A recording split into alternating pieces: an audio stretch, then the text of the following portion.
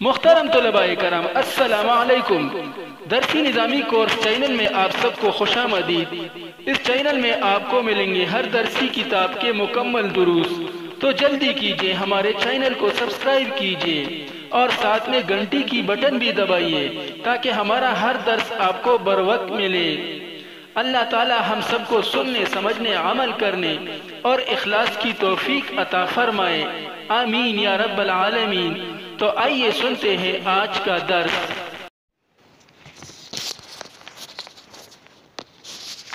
نحمده ونصلی علی رسوله الکریم، اما بعد فاعوذ باللہ من الشیطان الرجیم،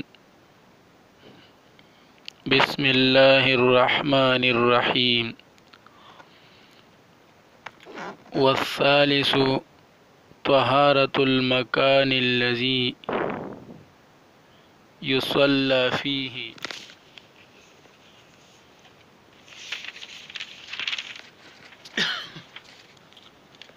والرابع طہارۃ البدن من البول والغائط وما اشبہہما۔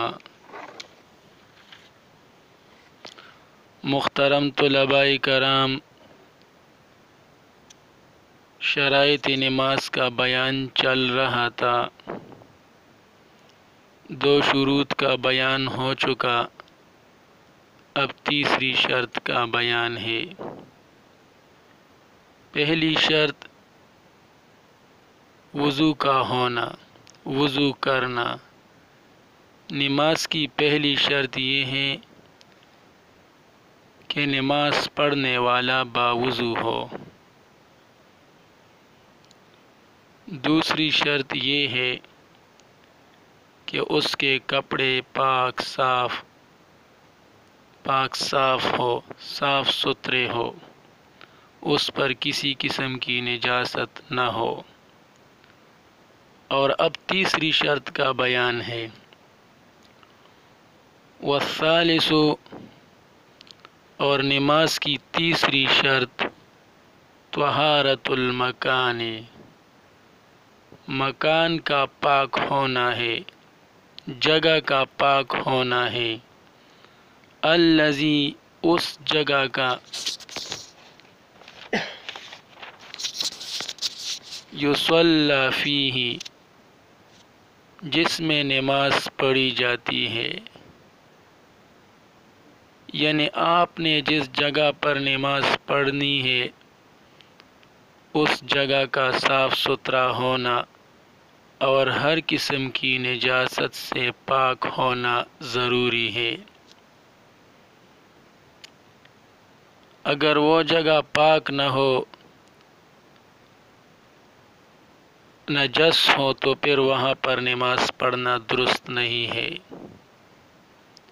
لیکن یہ یاد رکھنا چاہیے کہ زمین کا خشک ہونا ہی اس کی پاکی ہے۔ مثلا ایک جگہ ہے، اس پر کسی بچے نے یا جانور وغیرہ نے پیشاب کیا ہے،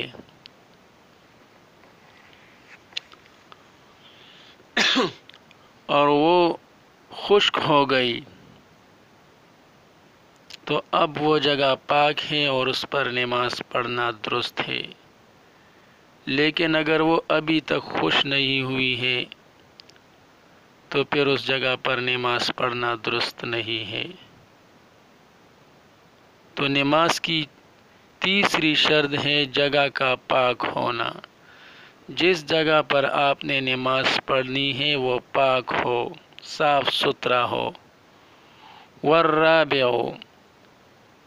اور نماز کی چوتھی شرط طہارۃ البدن، بدن کا پاک ہونا ہے، جسم کا پاک ہونا ہے۔ من البول، پیشاب سے، والغائط، اور پاخانے سے۔ یعنی پیشاب چاہے چھوٹا ہو یا بڑا، ہر قسم کے پیشاب سے بدن کا پاک ہونا ضروری ہے، جسم کا پاک ہونا ضروری ہے۔ اگر جسم پر بول لگی ہوئی یعنی پیشاب ہو یا پاخانہ لگی ہوئی ہو تو اس صورت میں نماز پڑھنا درست نہیں ہے، پہلے اس کو صاف کرنا ضروری ہے۔ وما اور ہر وہ چیز اشبہہما جو ان دونوں کے مشابہ ہیں، وما اور وہ چیز اشبہہما جو ان دونوں کے مشابہ ہے، یعنی پیشاب اور پاخانہ کے، یعنی ہر قسم کی گندگی سے بدن کو پاک صاف کرنا ضروری ہے، چاہے وہ پیشاب ہو یا پاخانہ ہو یا اور کسی قسم کی نجاست ہو۔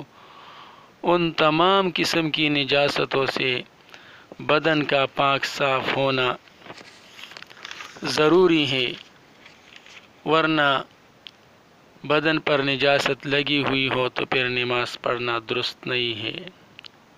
والثالث اور نماز کی تیسری شرط طہارت المکانی جگہ کا پاک ہونا ہے، الذی وہ جگہ یصلی فیہ جس میں نماز پڑھی جاتی ہے۔ والرابع اور نماز کی چوتھی شرط طہارت البدنی جسم کا پاک ہونا ہے، من البول پیشاب سے، والغائط اور پاخانے سے، وما اور اس چیز سے اشبہہما جو ان دونوں یعنی پاخانے اور پیشاب کے مشابہ ہو، یعنی اور کوئی گندگی یا نجاست وغیرہ ہو تو اس سے بھی بدن کا پاک صاف کرنا ضروری ہے۔ وصلی اللہ تعالی علی خیر خلقہ محمد وآلہ واصحابہ اجمعین برحمتک یا ارحم الراحمین۔